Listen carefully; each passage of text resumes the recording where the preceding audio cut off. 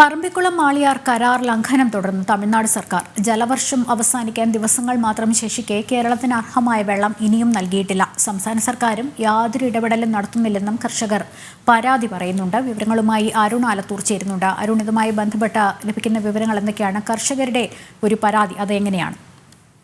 ലക്ഷ്മി, ഈ ജലവർഷം അവസാനിക്കാൻ 13 ദിവസം മാത്രം ശേഷിക്കെ പറമ്പിക്കുളം ആളിയാർ കരാർ പ്രകാരമുള്ള വെള്ളം തമിഴ്നാട് ഇനിയും സംസ്ഥാനത്തിന് നൽകുന്നില്ല എന്ന് മാത്രമല്ല, ഈ വിഷയത്തിൽ ഒരു ചെറുവില അനക്കാൻ സർക്കാർ തയ്യാറാവുന്നില്ല എന്നുള്ളതാണ് കർഷകരുടെ പരാതി. ഞാനിപ്പോൾ നിൽക്കുന്നത് ഒരു വയലിൻ്റെ ഭാഗത്താണ്. വയലിൽ നമുക്ക് കാണാൻ സാധിക്കും, വെള്ളമില്ലാത്തത് കൊണ്ട്, ചിറ്റൂർ മേഖലയിൽ വെള്ളമില്ലാത്തത് കൊണ്ട് തന്നെ കർഷകർക്ക് കൃഷി ഇറക്കാൻ വലിയ രീതിയിൽ ബുദ്ധിമുട്ടുന്ന ഒരു സ്ഥിതി. പലയിടത്തും ഞാറ് പാകാൻ കഴിയുന്നില്ല.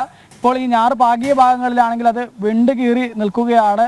ഈ ഞാറ് കൂടുതൽ മൂപ്പായി കഴിഞ്ഞാൽ ഇവർക്ക് നടാൻ പോലും കഴിയാത്ത ഒരു സ്ഥിതി ഉണ്ടാവും എന്നുള്ളതാണ്. ഏതായാലും കർഷകരെ സംബന്ധിച്ചിടത്തോളം ഇനിയും 1.7 TMC ജലം കേരളത്തിന് ലഭിക്കേണ്ടതുണ്ട്. അതിന് സർക്കാരിൻ്റെ ഭാഗത്തു നിന്ന് ഒരു അടിയന്തര നടപടി ഉണ്ടാവണം എന്നുള്ളതാണ് കർഷകർ പറയുന്നത്. ഏതായാലും കർഷകർ നമ്മോടൊപ്പം ചേരുന്നുണ്ട്. എന്താണ് ഈ ഒരു പറമ്പിക്കുളം ആളിയാർ കരാറിൻ്റെ ലംഘനം തുടർച്ചയായി തമിഴ്നാട് ചെയ്യുന്നു, സംസ്ഥാനമാണെങ്കിൽ അതിനൊരു കൃത്യമായ നടപടി സ്വീകരിക്കുന്നില്ല എന്നുള്ളതാണ് സത്യം. അതായത് കരാർ ഉണ്ടായതിനു ശേഷം നിരവധി കരാർ ലംഘനങ്ങൾ തമിഴ്നാട് നടത്തിയിട്ടും കേരള ഗവൺമെൻറ് അതിൽ ശക്തമായിട്ടുള്ള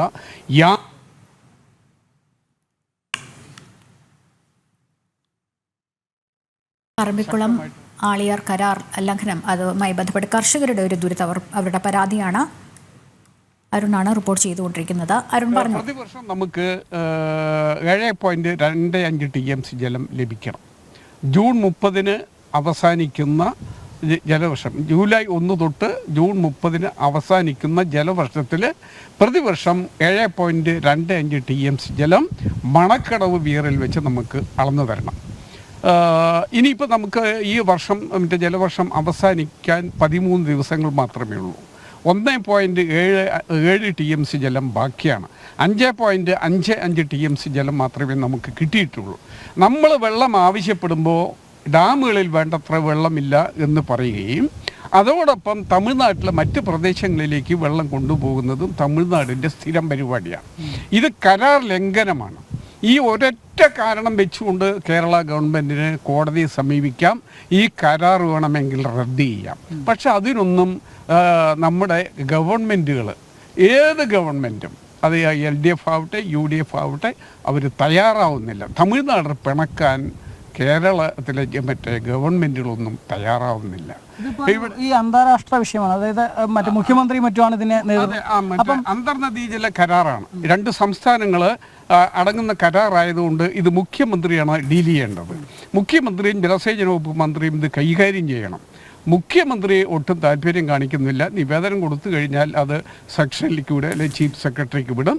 ചീഫ് സെക്രട്ടറി തലത്തിൽ ചർച്ച നടത്തി പിരിയുക എന്നല്ലാതെ ഒരു പ്രയോജനവും ഇതുവരെ കിട്ടിയിട്ടില്ല. കൃഷിക്കാരിപ്പോൾ ഞാറ് പാകി, ഇതൊക്കെ 10-15 ദിവസങ്ങൾ ആയി. ഒന്നാമത് വെള്ളമില്ലാത്ത കാരണം ഞാറ് പാകാൻ വൈകി. ഈ 1ാം വിള വൈകിയാൽ അത് 2ാം വിളയെ ബാധിക്കും. കഴിഞ്ഞ 2ാം വിളയ്ക്ക് ചിറ്റൂർ പുഴ ആയക്കെട്ട് പ്രദേശത്തെ 1/3 ഭാഗം നെല്ല് ഉണങ്ങി നശിച്ചു. ആരാണ് ഉത്തരവാദി?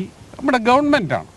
ആ കൃത്യമായ ഒരു ഇടപെടൽ നടത്തുകയും നമുക്ക് അർഹതപ്പെട്ട വെള്ളം നേടിയെടുക്കുകയും ചെയ്തിരുന്നുവെങ്കിൽ ആ ഒരു ദുരന്തം ഒഴിവാക്കാമായിരുന്നു. പക്ഷേ ഇതൊന്നും കണ്ട ഭാവം ഗവൺമെൻറ്റിനില്ല. അത് തുടർന്നുകൊണ്ടേയിരിക്കുകയാണ്. ഈ സമീപനം ഇനിയും തുടരുകയാണെങ്കിൽ ചിറ്റൂർ പ്രദേശം മരുഭൂമിയായിട്ട് മാറും. വെള്ളം കിട്ടില്ല. നമുക്ക് കിട്ടേണ്ട വെള്ളം അവർ മറ്റു പ്രദേശങ്ങളിലേക്ക് കൊണ്ടുപോകും.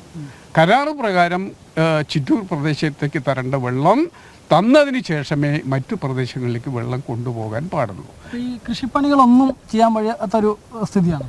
തീർച്ചയായിട്ടും വരണ്ട് കിടക്കണം. ഒന്നിനും വഴിയില്ല, വെള്ളമില്ല, വെള്ളം കിട്ടുന്നുള്ള പ്രതീക്ഷയുമില്ല. ആകെ ഒരു പണിയും ചെയ്യാൻ പ്രാപ്തമല്ലാണ്ടിരിക്കുകയാണ് കൃഷിക്കാർ. നമ്മൾ നിരവധി സമരങ്ങളും മറ്റുമൊക്കെ എപ്പോഴും നടത്തുന്നു ഇതേ വിഷയത്തിൽ, പക്ഷേ അത് ഒരു നടപടി ആവുന്നില്ല എന്നാണ്. നടപടി ആവണമെങ്കിൽ അതിൻ്റെ ആളുകൾ അതിനെ ശ്രദ്ധിക്കണം.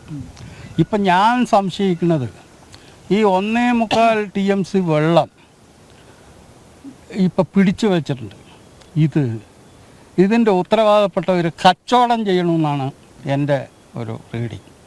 ഇപ്പോൾ തുംഗഭദ്ര ഡാമിൽ നിന്ന് കർണാടക ഗവൺമെൻറ് ആന്ധ്ര വെള്ളം കൊടുക്കുന്നുണ്ട്. അത് ഗവൺമെൻറ് ടു ഗവൺമെൻറ് ബിസിനസ്സിൽ ഒരു TMCക്ക് 6 കോടി റുപ്യാണ്.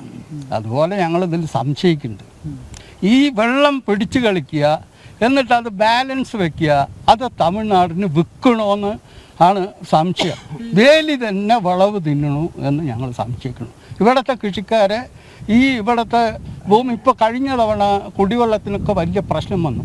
എന്നിട്ട് മറ്റേ പറമ്പിക്കുളത്തെ വെള്ളം വകരയാർ വഴി ഇറക്കി ഇവിടെ കൊണ്ടുവന്നു. ഇതിൻ്റെ ഒരു ആവശ്യം ഉണ്ടായിരുന്നില്ല. ഡിസംബർ ജനുവരി ഫെബ്രുവരി മാസത്തിൽ വാങ്ങേണ്ട വെള്ളം കൃത്യമായി വാങ്ങിയിരുന്നെങ്കിൽ ഇവിടെ പ്രശ്നമുണ്ടായില്ല. കാരണം പറഞ്ഞുതരാം, ഇവിടെ കൃഷിക്കാർ കൃഷി സംരക്ഷിക്കാൻ വേണ്ടി നാട്ടിലുള്ള കുളവും കുഴിയും എല്ലാം അടിച്ച് വറ്റിച്ച് കൃഷി സംരക്ഷിച്ചു. അത് കാരണം എന്തായി, നാട്ടിലാകെ വെള്ളത്തിൻ്റെ ക്ഷാമമായി. എന്നിട്ട് വലിയ വെള്ളക്ഷാമം ഞങ്ങൾ അങ്ങനെ കൊണ്ടുപോയി. ഈ ജാതി വർത്തമാനമല്ലാണ്ട് ഇത് മര്യാദയ്ക്ക് ഇത് വാങ്ങേണ്ട, ഉത്തരവാദപ്പെട്ടവൻ ഇത് വാങ്ങേണ്ട രീതിയിൽ വാങ്ങുന്നില്ല. അതാണ് ഇവിടുത്തെ പ്രശ്നം എന്നാണ്. 13 ദിവസമേ ഉള്ളൂ. അപ്പോൾ 13 ദിവസം കഴിഞ്ഞാൽ സ്വാഭാവികമായിട്ടും ഈ വെള്ളം കുടിശ്ശികയാവും. മുൻകാലങ്ങളിൽ ഇങ്ങനെ കുടിശ്ശികയായ വെള്ളം തന്നു തീർത്തിട്ടില്ല എന്നുള്ളതാണ്. മുൻകാലങ്ങളിൽ കുടിശ്ശികയാക്കിയാൽ വിൽക്കുകയാണ്. മറ്റേ കണക്ക് പ്രകാരം അത്രയില്ലെങ്കിലും 1 കോടി കുറച്ചാലും 10 കോടിക്കൊക്കെ വിറ്റ സൗകര്യമായല്ലോ. ജലസേചന വകുപ്പും ഇത് കൈകാര്യം ചെയ്യണതിൽ കൈക്കൂലി വാങ്ങാൻ ഇത്ര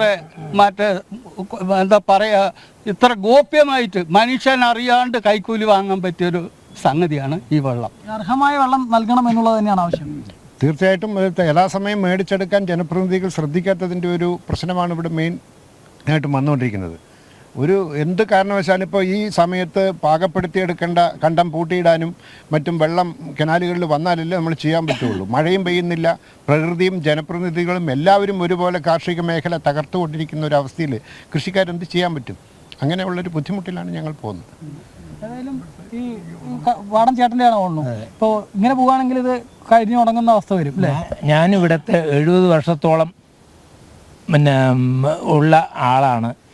കാലാകാലങ്ങളിൽ പ്രകൃതിയിലെ വെള്ളം കൊണ്ട് 2 പൂവലും പ്രശ്നമില്ലാതെ കൈകാര്യം ചെയ്ത് കൃഷിയെടുത്ത് എല്ലാ സൗകര്യത്തോടു കൂടി പോയിക്കൊണ്ടിരുന്ന അവസ്ഥയിൽ എത്ര കണ്ട് ഇപ്പോൾ ഡിപ്പാർട്ട്മെൻറ്റുകാരും ഉദ്യോഗസ്ഥന്മാരും ഭരണസമിതിക്കാരും ഒക്കെ വന്നോ, കൃഷിയെ സംരക്ഷിക്കുക എന്നുള്ളതല്ല, അവരവരെ സംരക്ഷിക്കുക എന്നുള്ളതാണ് ഞങ്ങളുടെ അനുഭവം. ഈ പറയുന്ന ആൾക്കാരുടെ ഇതെല്ലാം ഒക്കെ പ്രായം ചെന്നവർ മാത്രമാണ്. പുതിയ ജനറേഷൻ ഈ കൃഷിക്ക് വരില്ല. കാരണം പറഞ്ഞു വെച്ചാൽ കൃഷി ചെയ്യാൻ ബാധ്യസ്ഥരാണ് കൃഷിക്കാർ. കൃഷി ചെയ്യും. വെള്ളം പ്രകൃതിയിൽ ഉണ്ടായതാണ്, ആരും ഉണ്ടാക്കിയതൊന്നുമില്ല. ആ വെള്ളത്തിന് മിതമായ രീതിയിൽ കലണ്ടർ ഉണ്ടാക്കണം നമ്മുടെ ഭാഗത്തു നിന്നാണ് പോയത്. കലണ്ടർ ഉണ്ടാക്കി തൂക്കി വെച്ചതുകൊണ്ട് കാര്യമായില്ല. അത് പ്രകാരം വെള്ളം വിടാൻ ഉദ്യോഗസ്ഥ വൃന്ദം തയ്യാറാവണം. ഉദ്യോഗസ്ഥ വൃന്ദം വെള്ളം മേലോട്ട് ഒഴുകണം താഴോട്ടേക്ക് ഒഴുകണമെന്ന് അവർക്ക് സംശയം. ചുറ്റുത്തത്തമംഗലം മുനിസിപ്പാലിറ്റിയെ കുറിച്ച് പറയുകയാണെങ്കിൽ 100ഓളം കുളങ്ങളുണ്ട്. കിണറുകളിൽ പാടങ്ങളിൽ വെള്ളം ഉണ്ടെങ്കിൽ കുടിവെള്ളത്തിന് ഇവിടെ പ്രശ്നമേ ഇല്ല. എൻ്റെ പറമ്പിക്കുളം ആളിയാർ കരാർ ലംഘനം തമിഴ്നാട് തുടരുന്ന പശ്ചാത്തലത്തിൽ കർഷകർ ദുരിതത്തിലായിരിക്കുകയാണ്. അത് വേണ്ടത് ചെയ്യാൻ സംസ്ഥാന സർക്കാർ തമിഴ്നാടിന് നിരന്തരം കത്തയക്കുന്നു എന്നുള്ളതല്ലാതെ നടപടികളൊന്നും സ്വീകരിക്കുന്നില്ല എന്നുള്ളതാണ്. 100 HP വെള്ളം ഇവിടുന്ന് 500 ഏക്കറോളം ഉപയോഗിക്കാൻ പറ്റുന്നതാണ്. അത് ഉണ്ടോ ഇല്ല എന്നും കൂടി ഇവിടുത്തെ മന്ത്രിൻ്റെ അടുത്ത് ഞങ്ങൾ കംപ്ലയിൻറ്റ് ചെയ്യുമ്പോൾ അത് വർക്ക് ചെയ്യുന്നില്ല എന്നാണ് ഇങ്ങോട്ടേക്ക് ചോദിക്കുന്നത്. ഡെഡായി കിടക്കണു. അതിപ്പോൾ പൈസയും ചിലവാക്കിയിട്ടുണ്ട്. എന്തിനാണ്? കൃഷി സംരക്ഷിക്കാൻ വേണ്ടി. പക്ഷേ അത് 19 കൊടുത്താണ്, സാങ്ഷൻ ആയതാണ്. ഇപ്പോൾ കൃഷിക്ക് ഉപകാരമില്ല. കഴിഞ്ഞ കൊല്ലം ഫസ്റ്റ് ക്രോപ്പിനും ഉണക്കം ബാധിച്ചു. സെക്കൻഡ് ക്രോപ്പ് കൂടുതൽ ഒരു 75% ഒക്കെ ഉണക്കം ബാധിച്ചു. പക്ഷേ ഞങ്ങളുടെ പേരിൽ നെല്ല് തമിഴ്നാട്ടിൽ നിന്നും അവിടെ നിന്നും ഇവിടെ നിന്നൊക്കെ കൊണ്ടുവന്ന് ഉദ്യോഗസ്ഥന്മാരെ ബന്ധപ്പെടുത്തിക്കൊണ്ടൊക്കെ കയറ്റി വിട്ടിട്ട് പാലക്കാട്ടിൽ ഇങ്ങനെ ഒരു ഉണക്കം ഉണ്ടായിട്ടില്ല. 30,000 മെട്രിക് ടൺ നെല്ലാണ് ഉൽപ്പാദിപ്പിച്ചത്. കൃഷിക്കാർ വിഡ്ഢികൾ, കൃഷിക്കാർ സമയത്തിന് കൃഷി ചെയ്യാത്തതുകൊണ്ടാണ് ഇങ്ങനെയൊക്കെ സംഭവിക്കുന്നത് എന്നൊക്കെ കുറ്റം ഞങ്ങളെ ചുമത്തിക്കൊണ്ടിരിക്കുകയാണ്. കർഷകരെ നിരന്തരം കുറ്റപ്പെടുത്തുന്നതാണ്. കർഷകരുടെ പ്രതിസന്ധി തുടർന്ന് പുതിയ തലമുറ കൃഷിയിൽ നിന്ന് അകന്നു നിൽക്കുന്ന ഒരു സാഹചര്യം ഇത്തരത്തിലുള്ള നിരവധി പ്രതിസന്ധികൾ കാരണമാണ് എന്നുള്ളതാണ്. അരുൺ ആലത്തൂരാണ് കർഷകരുമായി സംസാരിച്ചവരുടെ അവസ്ഥ വ്യക്തമാക്കിക്കൊണ്ടിരുന്നത്.